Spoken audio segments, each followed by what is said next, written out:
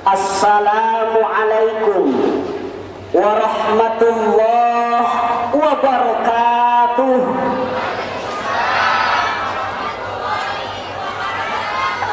Alhamdulillahi rabbil alamin, wal aqibatu lil muqsitin, wala udwana illa 'alal zalimin.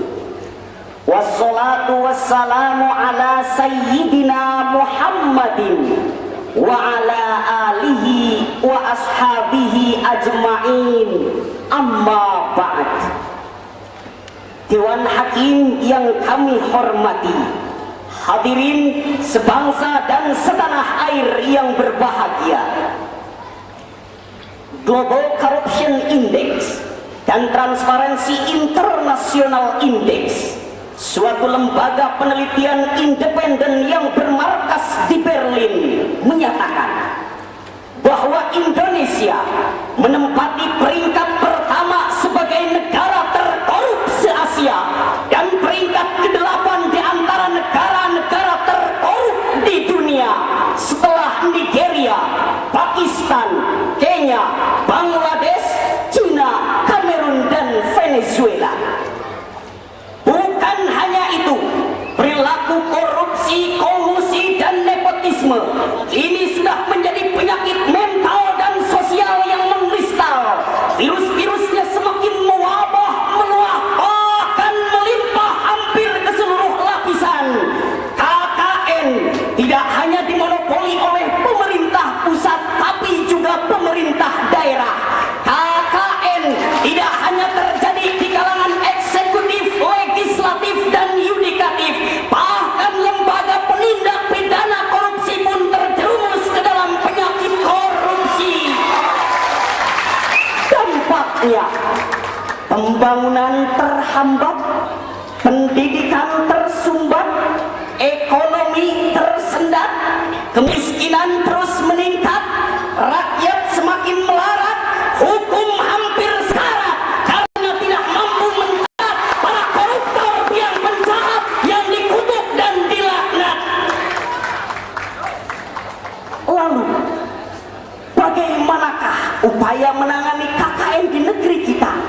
Sebagai jawabannya, mewujudkan pemerintahan bebas KKN adalah tema Syarhil Quran yang akan kami uraikan pada kesempatan ini dengan landasan Al-Quran Surah Al-Anfal ayat 27.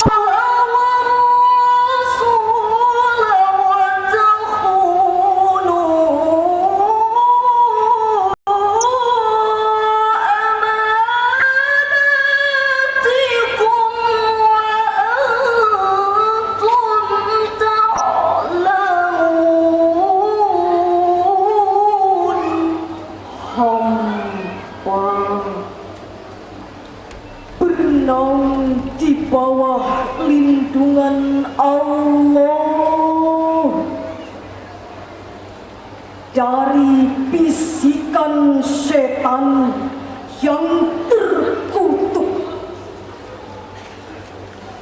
dengan menyebut asma Allah nan maha pengasih, pelimpah kasih, maha penyayang, pencurah sayang,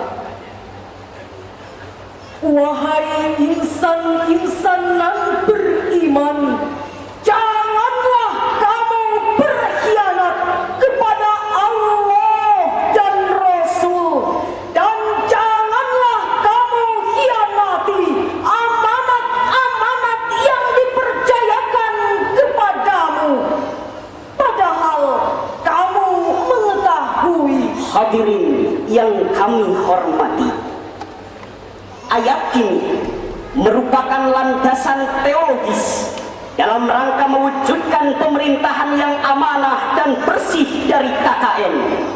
Karena secara semantik, kalimat la tahunu merupakan sigotun nahyi.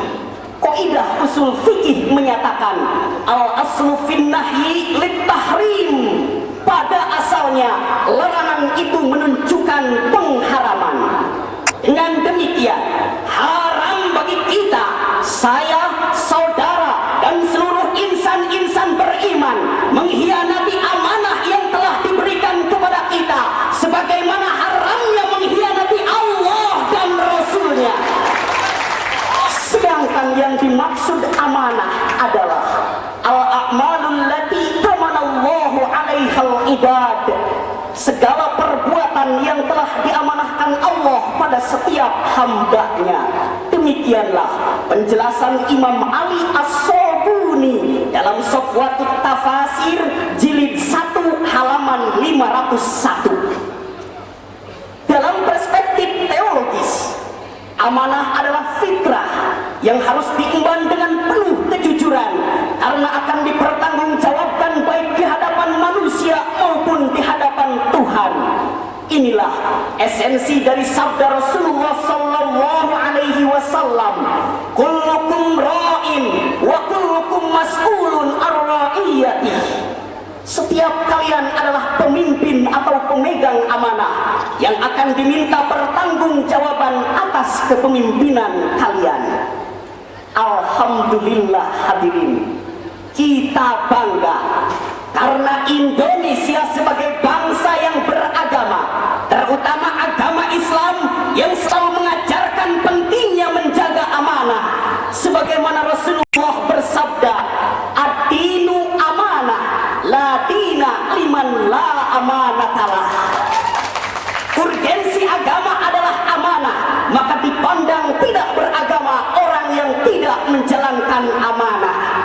Namun sayang, seribu sayang hadirin, kita merasa pilu bahkan malu sebagai bangsa yang beragama, tapi justru perilaku ketidakjujuran semakin merajalela. Korupsi, kolusi, dan nepotisme hampir membudaya ke segenap lapisan bangsa. Ironinya, KKN ini merupakan budaya warisan sejak zaman penjajahan Belanda, era Orde Lama dan Orde Baru berkuasa. Bahkan di era reformasi pun kita kecewa karena masih ada oknum-oknum durjana yang merampok aset-aset negara di tengah bangsa sedang merana. Betul? Lalu hadirin, kenapa KKN dapat merugikan bangsa?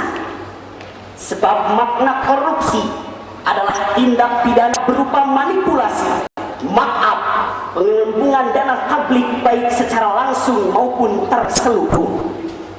Kolusi adalah model kerjasama negatif antar individu atau kelompok semata-mata untuk memperoleh keuntungan ilegal.